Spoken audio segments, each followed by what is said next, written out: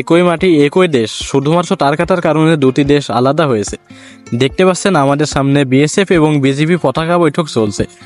বর্তমানে বাংলাদেশ এবং ইন্ডিয়ার মধ্যে ঝামেলা চলছে। এরপরেও আমাদের মেহেরপুর জেলার শোলমারী গ্রামের সীমান্তবর্তী এলাকায় বিএসএফ এবং বিজিবির মধ্যে মিটিং চলছে, যাতে আমাদের এই শোলমারী গ্রামের সীমান্তবর্তী এলাকায় বিএসএফ এবং বিজিবির মধ্যে কোনো ঝামেলা না হয়। আচ্ছা চাচা, আপনার বয়স কত? বয়স 103 বছর। হাসে না ওরা বলে করতে দেন। আচ্ছা আর এখন হইলে ওই ঘর হয়ে যেত। আমি খালে দিয়ে যাই। হে গাইজ, আসসালামু আলাইকুম। সবাই কেমন আছেন? তো আশা করি ভালো আছেন। আজকে আমরা চলে আসছি আরও একটি ছোট্ট জেলা মেহেরপুর, আর আমরা এখন অবস্থান করছি মেহেরপুর জেলার শোলমারী গ্রামে। আর এখন আমরা এই গ্রামটি ঘুরবো এবং এই গ্রামের মানুষের জীবনযাত্রা কীরকম এগুলো আপনাদের দেখানোর চেষ্টা করব। আর আমি এখন যেখানে অবস্থান করছি এটি কিন্তু একবারে তারকাটার পাশে, আর এটি কিন্তু বাংলাদেশে একবারে শেষের রাস্তা। এবং এই যে জমিগুলো দেখতে পাচ্ছেন এগুলো ভারতের জমি, এবং এই জমির পরে আমার সামনে আমি দেখাচ্ছি আপনাদের এগুলো কিন্তু তারকাটা। আর তারকাটার পরে দেখতে পাচ্ছেন তারকাটার মধ্যে দিয়ে চলে গেছে একটি ব্রিজ। এটি কিন্তু ভারতের ব্রিজ, আমি দেখাচ্ছি আপনাদের। এই যে এটি হচ্ছে ভারতের ব্রিজ। আর আমরা যে রাস্তা দিয়ে হাঁটছি আমার সাইডে একটি দেখতে পাচ্ছেন কবরস্থান। এটি কিন্তু বাংলাদেশের কবরস্থান। এটি কিন্তু বাংলাদেশে একবারে শেষের কবরস্থান, তারপরে কিন্তু রাস্তার পরে ভারত।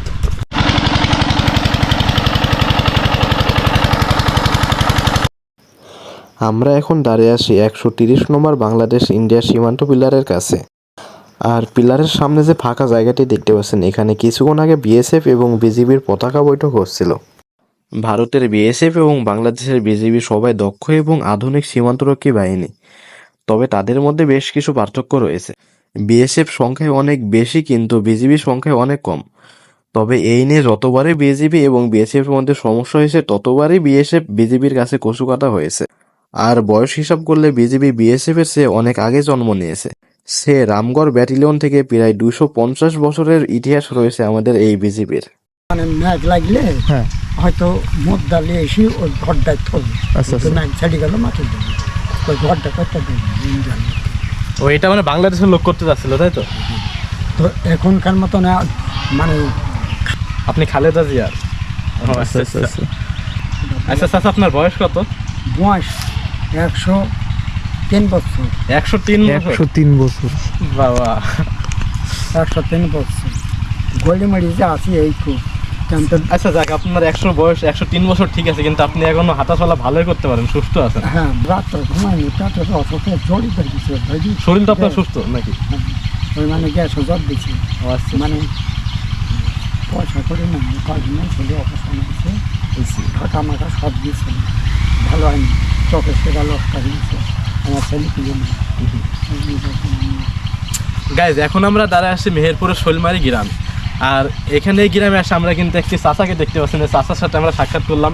তার বয়স এখন 103 বছর, কিন্তু তিনি এখন আমার চাচা এখন হাত চলাও করতে পারে, এখন সম্পূর্ণ সুস্থই বলা যায়। যা কিরকম মানুষ কিন্তু এই সময় খুব একটা দেখা যায় না। কিন্তু এই চাচা এখন সীমান্তবর্তী এলাকায় বসবাস করছে। এবং চাচার বাসা কি আগে ভারতে ছিল? চাচা আগে ওই মুর্শিদাবাদে বলেছিল, পাটকে বাড়ি বললে না। আচ্ছা, আগে চাচার বাসা ছিল হচ্ছে ভারতের মুর্শিদাবাদ পাটকি বাড়ি, না চাচা? পাটকি বাড়ি। হ্যাঁ, এলো হ্যাঁ, বললো কি তোর বাবার থানে যা, এই কথাটা পাকিস্তান হিন্দুস্থানে পাওয়ার নাই তো মুসলমানকে তাই বলতো। এগুলো কারা হিন্দুরা চালাই দিত? এখন হলে হিন্দুরা সব ছিল।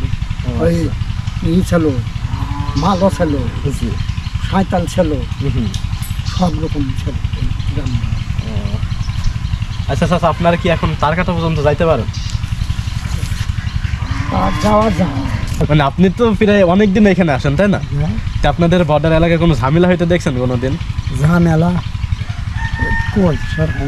সেরকম ঝামেলা এখানে হয় না, যাক মানে সবাই মিলেমিশে থাকে, তাই তো? মানে ইন্ডিয়ার যত সব গরু ধান চাই সব তাকে তুলে আসতো বাগান।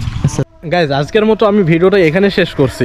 আর আজকের আমার ভ্লগ ভিডিওটা কেমন হয়েছে আপনারা সবাই কমেন্টে জানাবেন। আর পরবর্তীতে আমার কোন ধরনের কন্টেন্ট ভিডিও আপনারা দেখতে চান সবাই কমেন্টে জানাবেন।